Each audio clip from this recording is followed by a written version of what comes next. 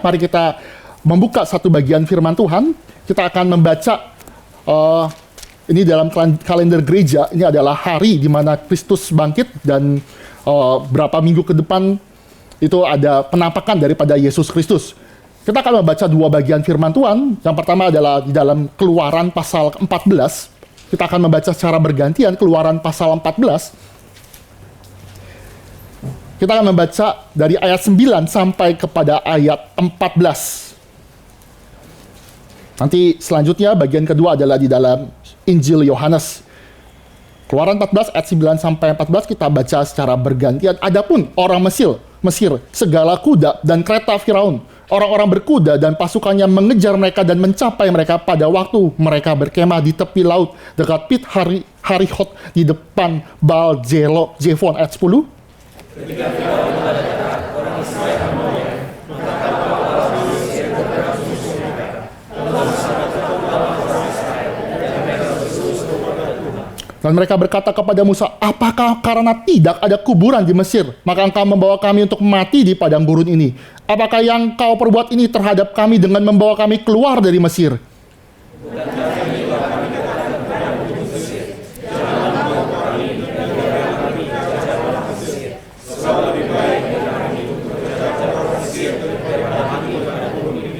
Tetapi berkatalah Musa kepada bangsa itu, janganlah takut, berdirilah tetap dan lihatlah keselamatan dari Tuhan yang diberikannya pada hari ini kepada kamu. Sebab orang Mesir yang kamu lihat hari ini tidak akan kamu lihat lagi untuk selama-lamanya. Saya akan lompat, saya akan bacakan di ayat 29 sampai 31 bagi kita semua. Tetapi orang Israel berjalan di tempat kering dari tengah-tengah laut. Sedang di kiri dan di kanan mereka air itu sebagai tembok bagi mereka. Demikianlah pada hari itu Tuhan menyelamatkan orang Israel dari tangan orang Mesir. Dan orang Israel melihat orang Mesir mati terhantar di pantai laut. Ketika dilihat oleh orang Israel betapa besarnya perbuatan yang dilakukan Tuhan terhadap orang Mesir, maka takutlah bangsa itu kepada Tuhan, dan mereka percaya kepada Tuhan dan kepada Musa hambanya itu. Satu bagian firman Tuhan yang kita akan baca adalah di dalam Injil Yohanes. Kita membuka Injil Yohanes kepada pasal 20. Kita juga akan membaca secara bergantian dari ayat 19 sampai kepada ayat 29. Kita akan membaca dua perikop ini secara bergantian. Saya mulai lebih dahulu ayat 19. Ketika hari sudah malam pada hari pertama minggu itu, berkumpullah murid-murid Yesus di suatu tempat dengan pintu-pintu yang terkunci, karena mereka takut kepada orang-orang Yahudi. Pada waktu itu datanglah Yesus dan berdiri di tengah-tengah mereka dan berkata, damai sejahtera bagi kamu. Ayat 20.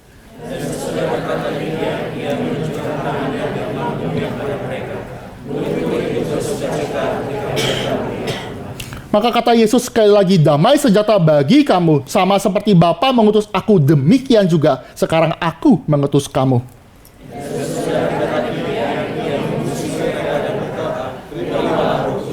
Jikalau kamu mengampuni dosa orang, dosanya diampuni. Dan jikalau kamu menyatakan dosa orang, tetap ada dosanya, tetap ada. Ayat 24.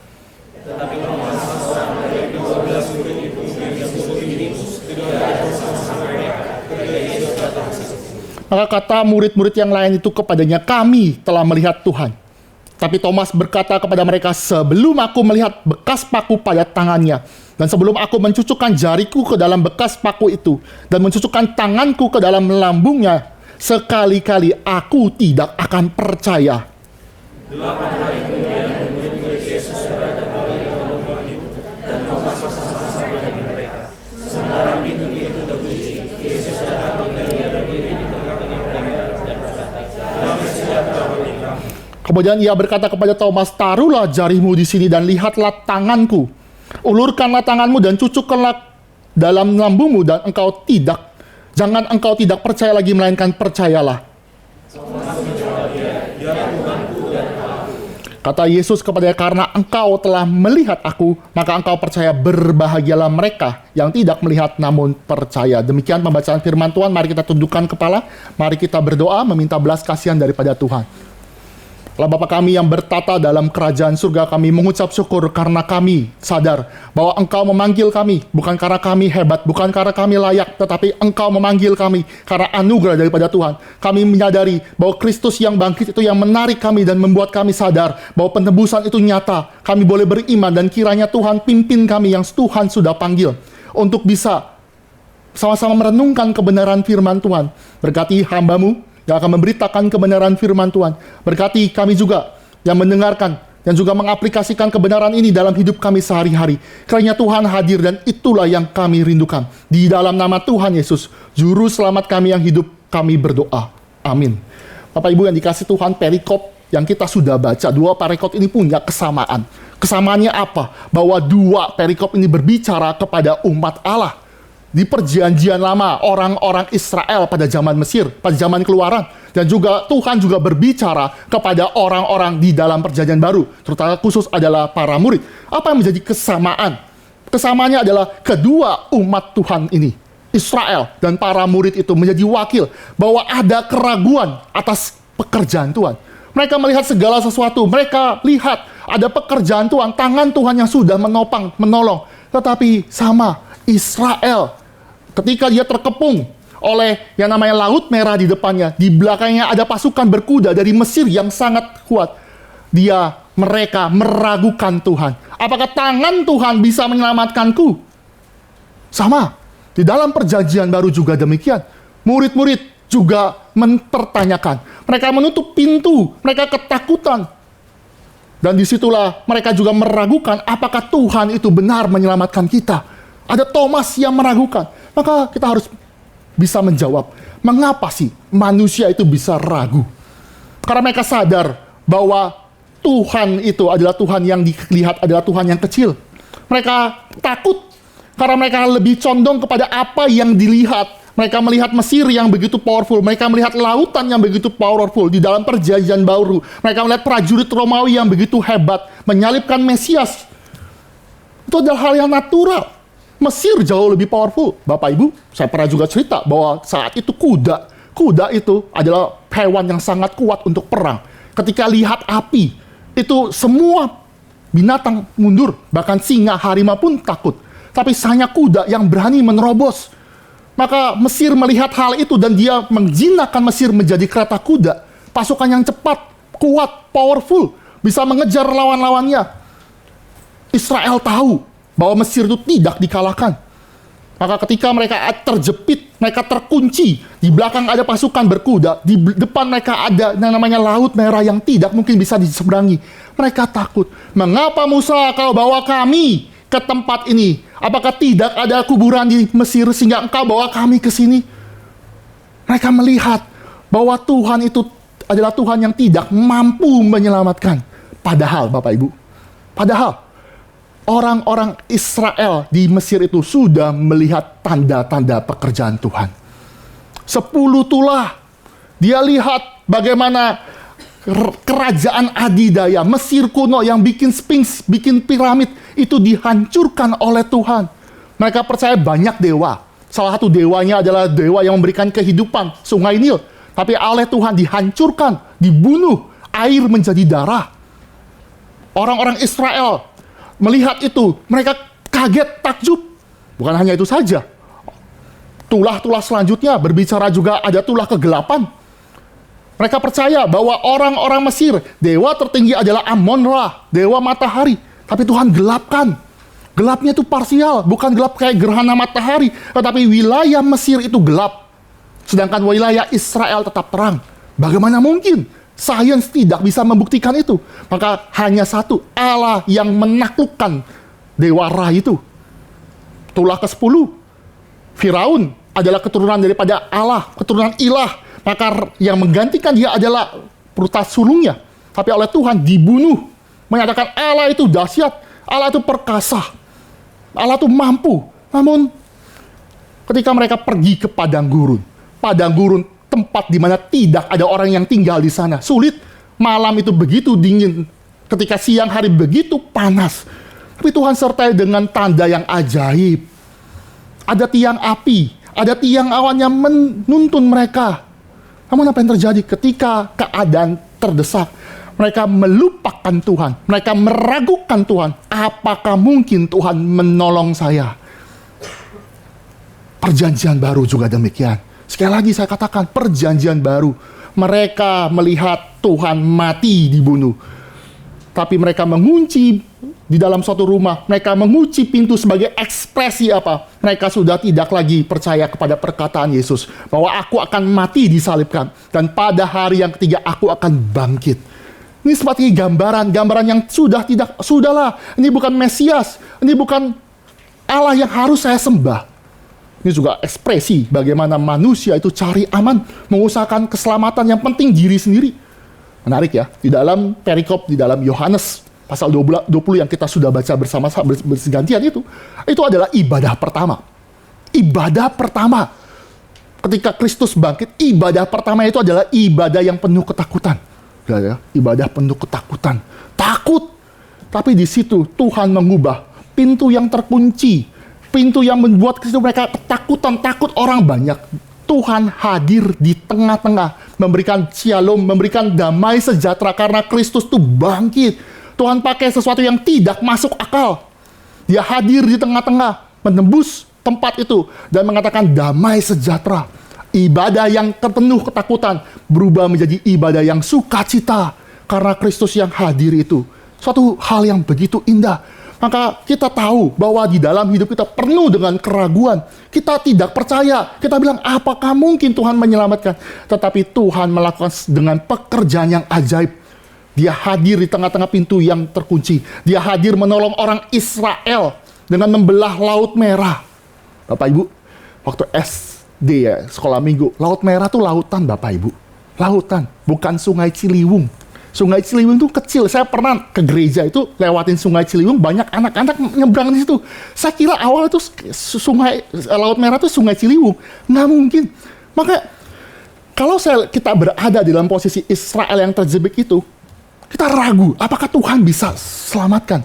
Tapi kita tahu bahwa yang namanya Tuhan sanggup, dan Tuhan membuat kita bertumbuh secara iman.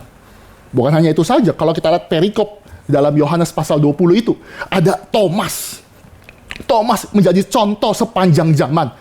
Thomas yang skeptis, yang meragukan. Teman-temannya udah bilang, Yesus bangkit, percaya. Tapi dia berkata, enggak, sebelum saya taruh jari saya ke dalam tanda paku, sebelum tangan saya sentuh daripada bekas lambung, sebelum saya lihat sendiri, saya tidak akan pernah mau percaya. Gambaran sepanjang zaman yang meragukan. Kita tahu bahwa Thomas itu adalah orang yang percaya, tetapi dia mengalami yang namanya keraguan iman. Ada gejolak. Dickerson mengatakan dalam komentarnya, berkatakan bahwa dia itu bukan berubah menjadi unbelievers, menjadi believers. Bukan. Dia bukan orang tidak percaya menjadi percaya. Enggak. Tetapi dia adalah orang yang percaya yang lagi bergumul. Dari Old Covenant, perjanjian lama, menuju perjanjian baru yang dimediasi dari Allah yang tersalib itu. Kristus itu. Maka dia bergumul. Maka Tuhan memakai Thomas untuk apa? Untuk memberikan kesaksian kepada kita, memberikan kekuatan. Kalau kita tidak percaya, gereja melalui pergumulan iman. Lihatlah kepada Thomas yang sudah berbahagia. Untuk lihat, berbahagialah orang yang tidak melihat tapi percaya. Tanda paku menjadi bukti. Bukti cinta kasih Tuhan yang luar biasa. Luar biasa. Ini kan, kalau bayangkan ya, di kondisi seperti Thomas, murid-muridnya, para perempuan tuh udah kasih kesaksian. Udah, percaya, Yesus bangkit, guru kita bangkit, dia tuh Mesias sejati. Kan kadang-kadang kita kalau misalnya mengabarkan Injil kan suka gitu ya. Udah, lu percaya, Yesus tuh bangkit, kita kasih tahu bata, kita kasih tahu kesaksian, kita kasih tahu semuanya. Tapi Thomas tuh orang bebal loh. Dikasih tahu semua, aduh. Kadang-kadang dalam hidup kita mengabarkan Injil, memberitakan firman Tuhan, memberitakan yang namanya kebenaran. Baik juga di dalam mendidik anak-anak, mengajak dia ke gereja, mengajak dia benar-benar bersaat teduh secara pribadi. Sulit. Orang tua bilang, aduh sudahlah, capek, give up, capek. Tapi Allah kita tidak pernah menyerah. Satu kali saya sama anak saya yang pertama itu bikin puzzle, 151 puzzle kecil-kecil, Bapak Ibu. Itu puzzle sistem yang ada di dalam manusia. Jadi ada dari otak, dari saraf, peredaran darah, sampai pencernaan, sampai ke dalam, semuanya ada. Itu kan gambar manusia, anatomi daripada manusia. Itu kalau namanya puzzle yang panjang dan kecil-kecil, Kalau urusan namanya bagian atas kan otak kelihatan lah bentuknya seperti apa, ada belutnya. Tapi udah masuk ke dalam yang namanya sistem yang namanya jaringan, yang cuma lurus-lurus doang, saya bingung. Ini posisinya di mana ya?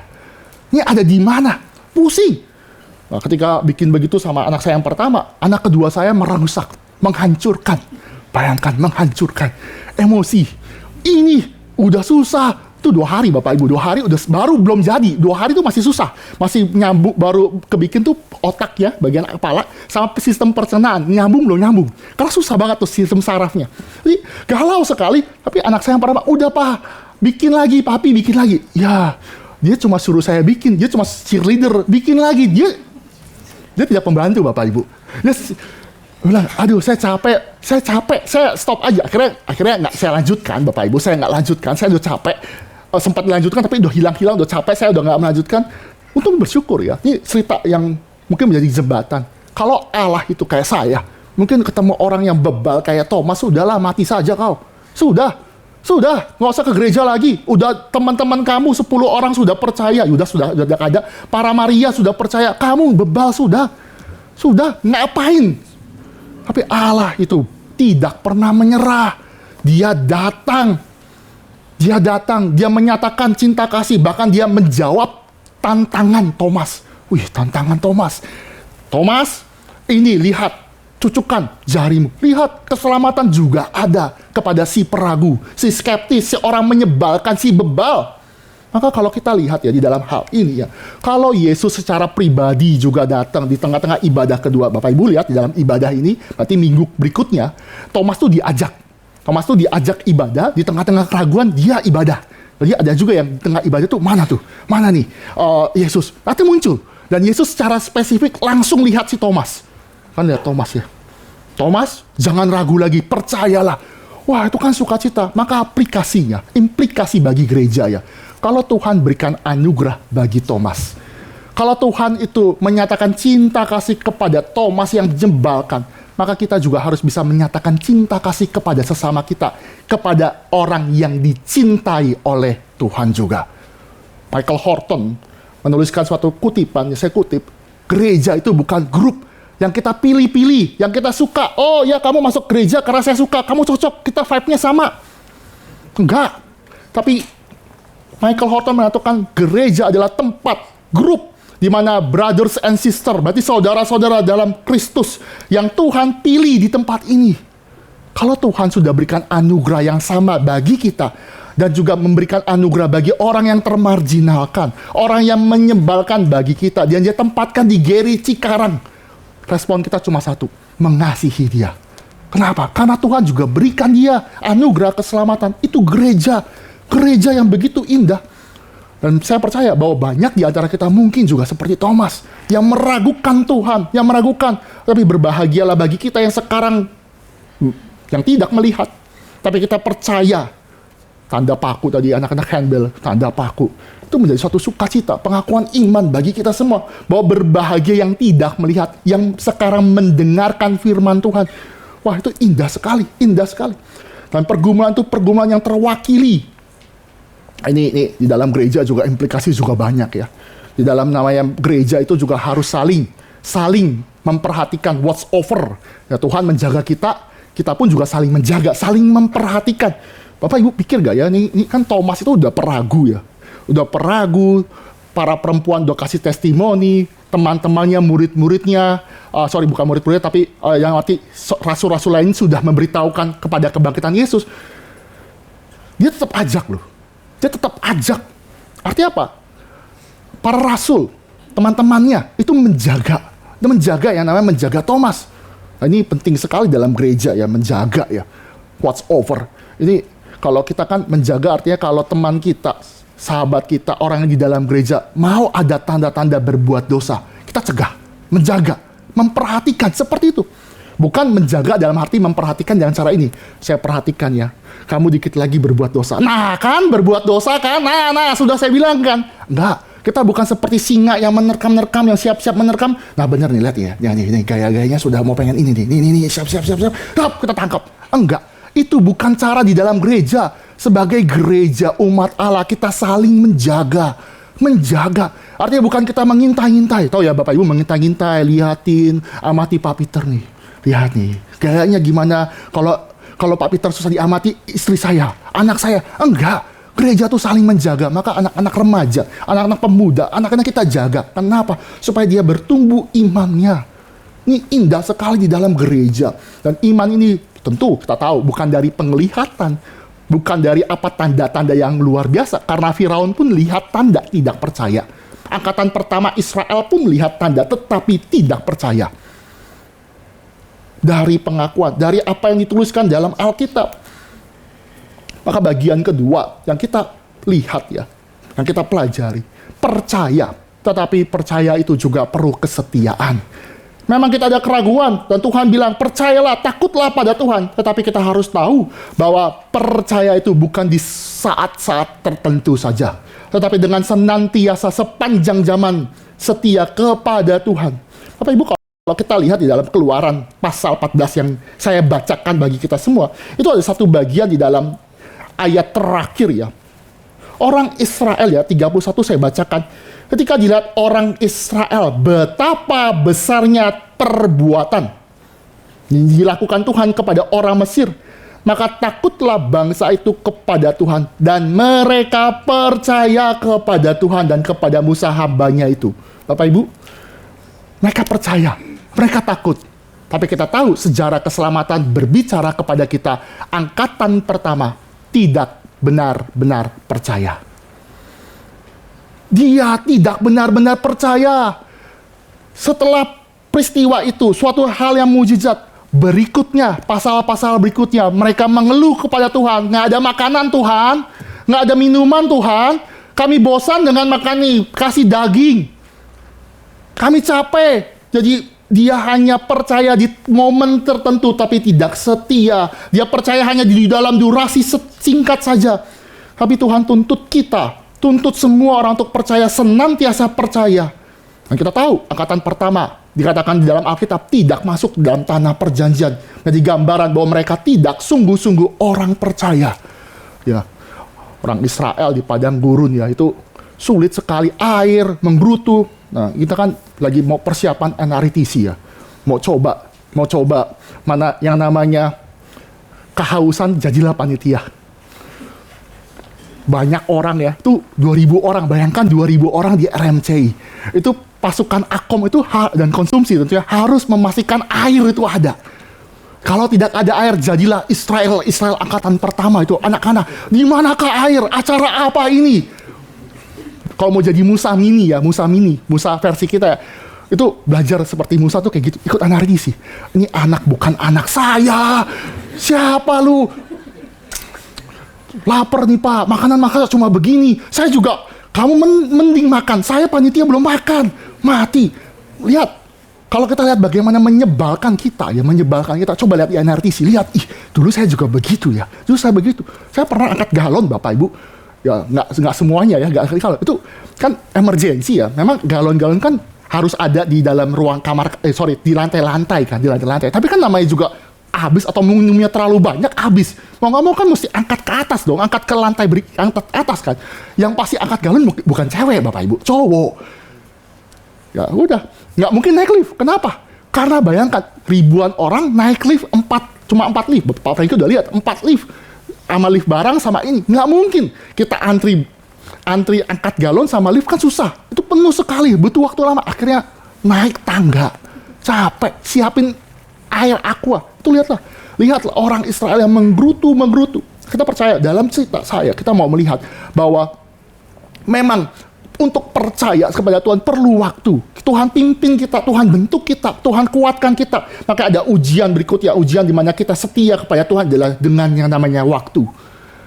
40 tahun orang Israel keliling di padang gurun.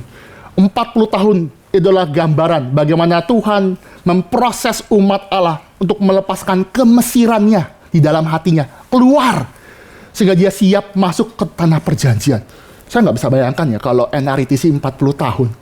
Saya nggak bisa bayangkan tuh memproses 4 hari aja saya udah kebayang, waduh berat ya. Saya pernah, tapi saya menikmati dalam arti, saya yang mana merindukan ya melayani Tuhan bersama-sama dengan keluarga daripada jemaat Tuhan. Tapi kalau itu sampai berhari-hari, berbulan-bulan, itu melelahkan. Tapi Tuhan tuntut loh. Untuk kita menjaga anak kita, untuk membimbing anak kita, untuk kita setia mengabarkan Injil, menguatkan yang lemah, yang imannya sedang bergumul. Kita terus senantiasa setahun mungkin, 2 tahun, 3 tahun. Kenapa? Karena inilah gereja. Kita saling menjaga. Kita juga harus tahu bahwa manusia itu juga manusia yang mengalami pergumulan. Jemaat Tuhan juga mengalami pergumulan. Hamba Tuhan juga ada pergumulan. Itu yang harus terjadi. Tapi saya pikir-pikir, ketika saya merenungkan, apakah manusia sanggup ya? Sanggup untuk setia selama-lamanya. Dengan rendah hati, mengajak kita semua, tidak sanggup. Nggak mungkin.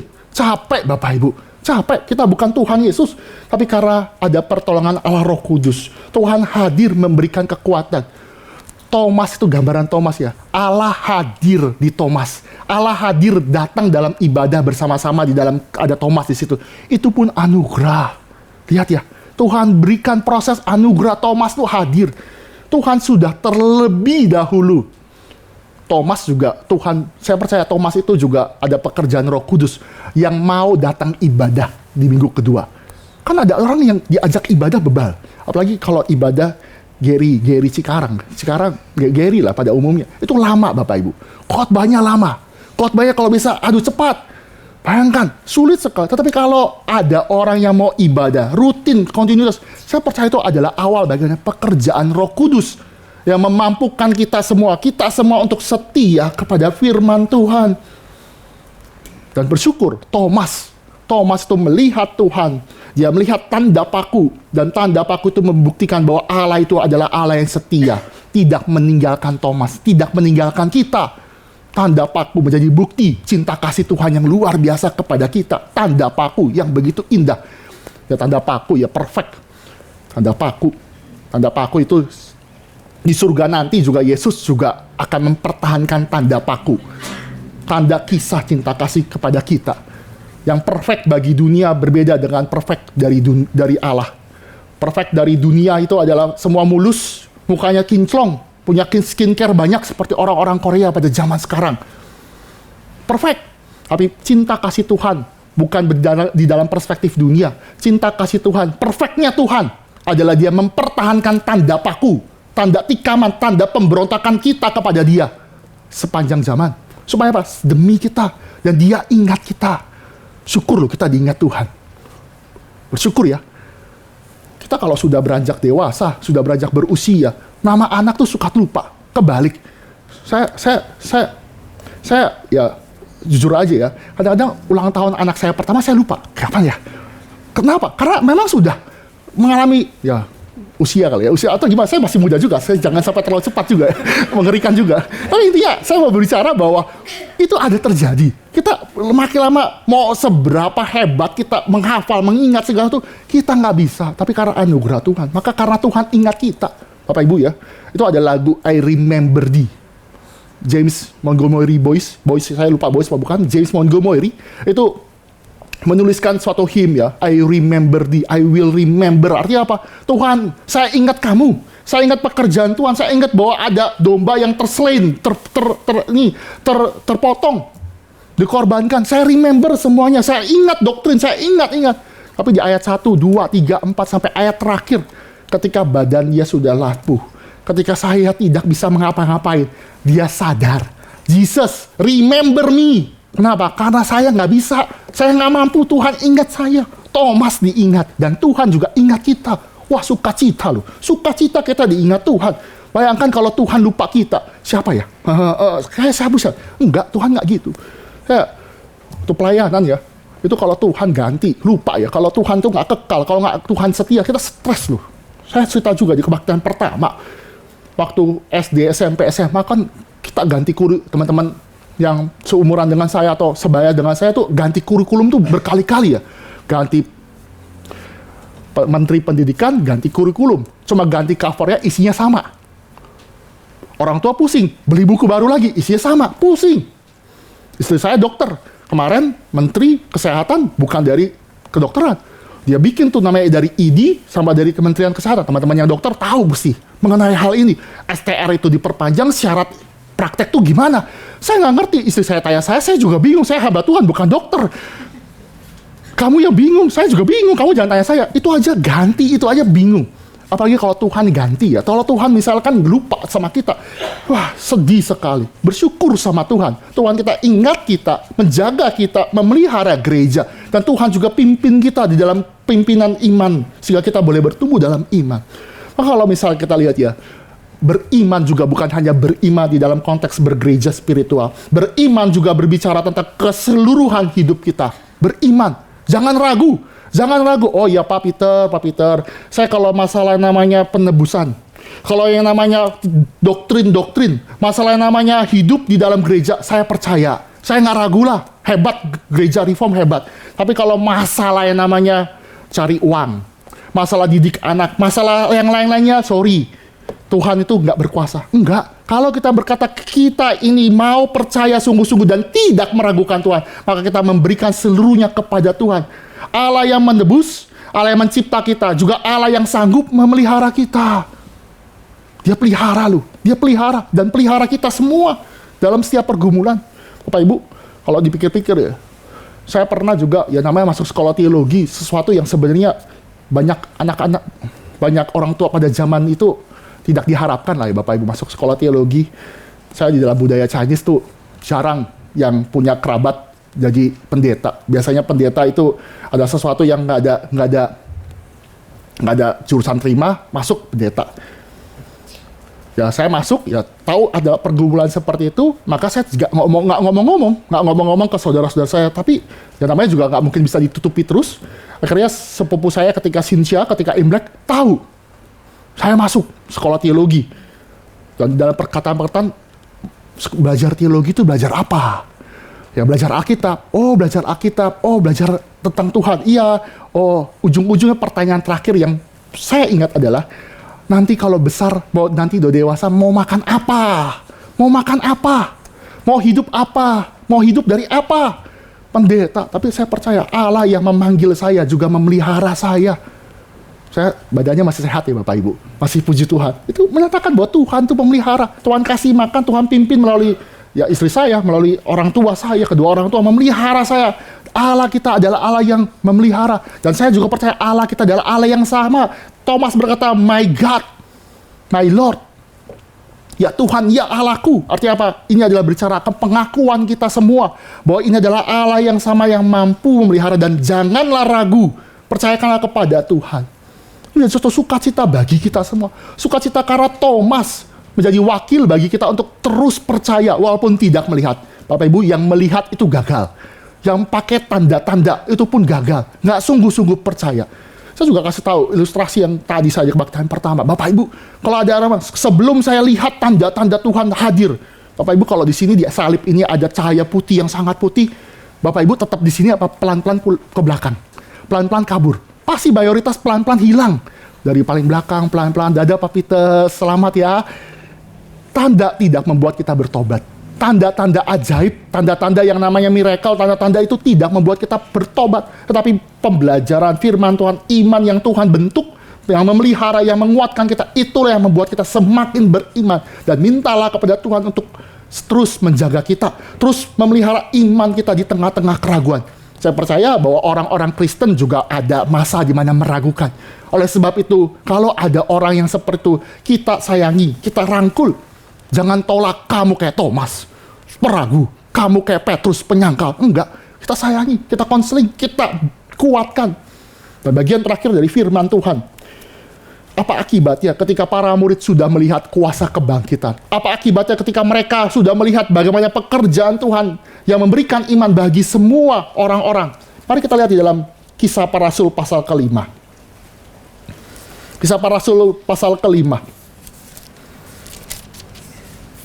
Ini adalah bagian terakhir bagaimana Tuhan menjadikan Petrus menjadi teladan bagi kita semua. Mari kita membaca bergantian ayat 26 sampai kepada 33. Saya 26, Bapak Ibu menyambut ayat 27 sampai kita ayat 33. Kisah para Rasul 5 ayat 26 sampai 33. Maka pergilah kepala pengawal serta orang-orangnya ke bait Allah, lalu mengambil kedua rasul itu, tetapi tidak dengan kekerasan, karena mereka takut kalau orang banyak melempari mereka. Ayat 27.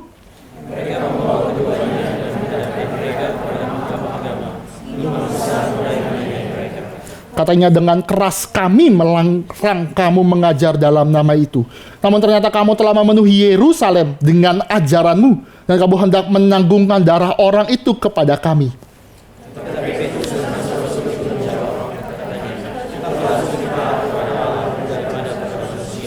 Allah nenek moyang kita telah membangkitkan Yesus yang kamu gantungkan pada kayu salib dan kamu bunuh.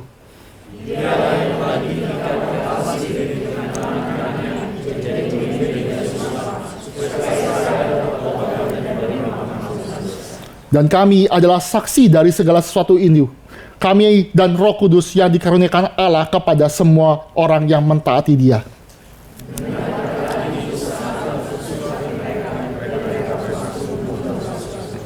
Bapak Ibu yang dikasih Tuhan, bagian terakhir Kisah Para Rasul pasal kelima, setelah Tuhan mengubah para rasul, para murid yang kecewa, yang ragu, yang skeptis, Tuhan ubahkan di dalam Kisah Para Rasul. Dia berdiri, Petrus menjadi wakil semuanya. Dia berdiri, dia berseru kepada orang-orang yang pernah menyalibkan gurunya, bahwa kami harus lebih taat kepada Allah daripada kepada manusia. Dia memberitakan kepada kita orang yang sudah disentuh, imannya sudah diperbarui, imannya semakin dikuatkan, dia akan berani mengabarkan kebenaran firman Tuhan. Petrus tidak takut dipenjarakan. Bahkan kita bisa melihat bahwa di dalam hal ini, pengadilan yang sama yang memvonis daripada Yesus yang mencelakakan gurunya, itu juga ditantang daripada Petrus. Petrus taat kepada Allah. Inilah kesaksian bagi gereja. Kesaksian para rasul yang membangkitkan gereja. Gereja mula-mula untuk berani bersaksi. Lihat ya, ini murid ngumpet di tengah-tengah yang namanya rumah terkunci. Sekarang dia berani menceritakan bahwa Yesus betul-betul bangkit. Ini adalah pekerjaan Allah Roh Kudus. Petrus yang impulsif, penyangkal, dia yang tidak bisa diandalkan, tetapi Tuhan pakai dia, diubahkan menjadi orang yang berani mengabarkan kebenaran firman Tuhan. Iman kita berasal daripada fakta kebangkitan Yesus Kristus. Tanpa fakta itu, maka iman kita menjadi sia-sia. Berubah menjadi orang yang berbahagia. Dan berbahagia itu berikan kepada orang-orang. Berikan kepada orang-orang yang mencintai Tuhan. Bagikan. Bapak Ibu, kalau dipikir-pikir ya. Kalau Yesus Kristus kan panggil 12 muridnya. 12 muridnya itu kan nggak punya apa-apa. 12 muridnya bukan orang pinter. 12 muridnya bukan orang sangat kaya. Bukan posisi pejabat. Mungkin ada pejabat itu Matius karena dia adalah pemungut cukai. Tapi dia cuma pegawai. Kalau cari teman, tentu cari yang pintar ya. Saya pernah cerita juga ya. Kalau waktu SMA saya sebel. Kalau yang namanya kerja kelompok itu pilih sendiri. Kalau pilih sendiri biasanya, kalau kita nggak cepet-cepetan, biasanya dapat yang sisa-sisa. Sisa-sisa itu apalah? Bapak Ibu ngerti lah. Sisa-sisa apa? Sisa-sisa itu adalah males atau males aja, males banget dan so tau. Itu sebel ya. Udah males so tau kan menjebalkan ya. Tapi Tuhan cari yang orang-orang yang sebenarnya tidak layak jadi rasul. Petrus, aduh ampun deh. Orang zelot cuma taunya perang-perang doang. Aduh, ngapain? Terus ada si Yakobus sama Yohanes. Itu dua orang itu yang pernah sumbu pendek, pernah bilang, Tuhan saya kirimkan, saya doa minta api. Boanerges, anak-anak guru. Guru itu bukan guru ya, guru itu guntur. Kok pilih orang begini? Tapi kita tahu, gereja sekarang berkembang. Gereja tuh hadir di Cikarang, di tempat yang nggak ada di Alkitab. Cikarang tuh nggak ada di Alkitab. Kenapa? Karena pekerjaan Allah Roh Kudus. Karena ada kesaksian yang berani dari para rasul. Dan kesaksian itu diteruskan kepada kita. Minggu depan kita masuk dalam bulan misi, bulan pengabaran Injil. Menantang kita semua untuk memberitakan firman Tuhan dengan benar, dengan berani. Kadang-kadang kalau ketemu orang yang berbeda agama tuh ngomongnya mungkin Tuhan minta kekuatan untuk berbicara firman Tuhan. Berbicara kepada kebenaran firman Tuhan. Mulai dari hal sederhana. Sederhana, contoh misalkan ada orang yang mengajak, Pak, ubahlah kwitansi ini, ubah sehingga bisa dimanipulasi, sehingga ya namanya kalau rembes itu kan bisa diubah, dimanipulasi ya, biar dapat uang dari perusahaan. Nggak ada yang tahu kok, nggak ada yang tahu. Kita sama-sama tahu aja, nggak ada yang tahu, tapi kita bisa bersaksi bahwa kalaupun tidak ada yang tahu, yang di atas tahu. Nah, di atas siapa? Di atas tuh siapa? Di atas bukan tukang genteng, di atas bukan orang-orang di atas sana, tapi orang yang mendengar itu, walaupun dia belum mengenal Tuhan, kita bisa bersaksi dengan berani. Sorry, saya tahu ada Tuhan saya nggak berani. Wah, itu menjadi kesaksian loh. Langsung pelan-pelan percaya Tuhan. Langsung kita bawa Injil. Kenapa? Karena keberanian, karena pekerjaan Roh Kudus.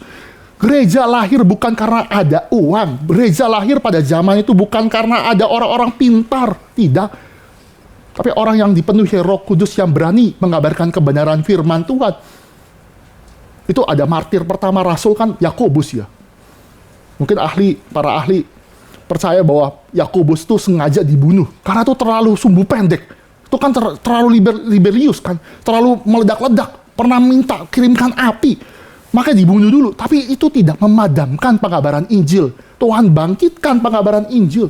Maka ketika kita boleh mendengarkan firman Tuhan, jangan ragukan lagi firman Tuhan. Jangan ragukan diri kita di dalam pekerjaan Roh Kudus, sehingga kita bisa mengabarkan firman Tuhan. Dan juga respon terakhir, janganlah bebal. Jika Bapak Ibu bergumul, janganlah bebal kepada kebenaran, fakta kebangkitan. Fakta bahwa Injil adalah Injil yang menyelamatkan kita. Jangan bebal seperti Firaun, sampai 10 tulah. 10 tulah Bapak Ibu. Itu nggak habis pikir ya, 10 tulah. Rumah saya nggak ada air aja tuh setengah mati ya, hidup setengah mati tuh. Pam mati itu setengah mati. Ini air jadi darah. Itu udah tobat lah. 10 tulah.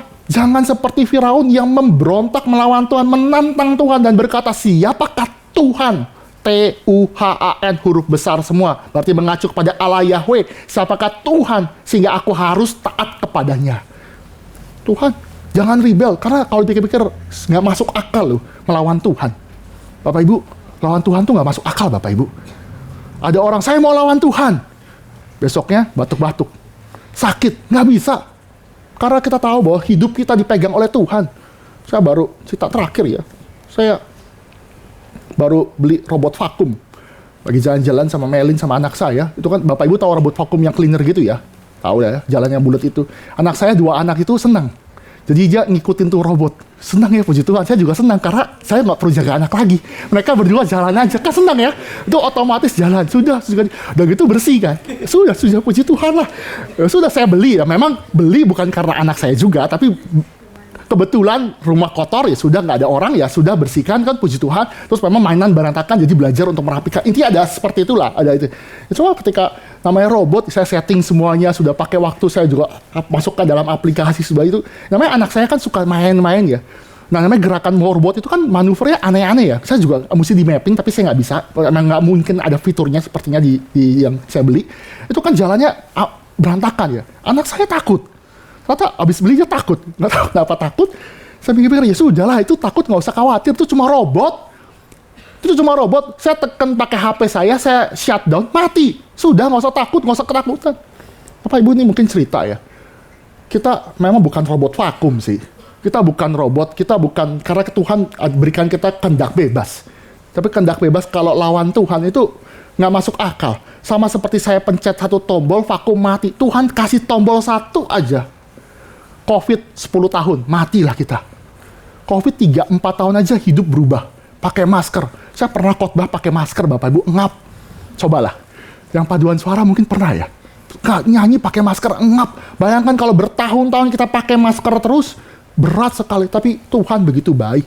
Tuhan memberikan anugerah bagi kita. Dan ketika firman Tuhan boleh dibagikan, janganlah lawan Tuhan.